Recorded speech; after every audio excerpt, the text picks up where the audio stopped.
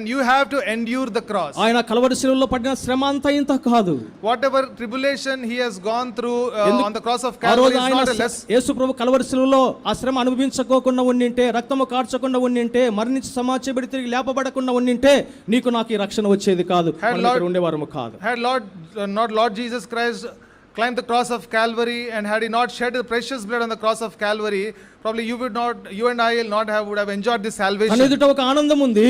So before him there is a joy. అందుకే సహించినాడు. That is the reason why he has endured. What is that joy? పాపి a sinner పరిశుద్ధుడిగా మార్చబడుతూ ఉన్నాడు. A sinner is converted to a holy person. మంచివాడిగా మార్చబడుతూ ఉన్నాడు. A thief is becoming a good person. నరహంతకుడు ఏ దోషం లేనివాడిగా మార్చబడుతూ ఉన్నాడు. And a convict, a murderer is being acquitted without any guile. నరకానికి వెళ్తున్నటువంటి మానవుడు పరలోకానికి మార్చబడుతూ ఉన్నాడు. Man who is going to hellfire, now he is going to heaven. అది ఆయన ఎదుట ఉన్న ఆనందం. That is the joy which is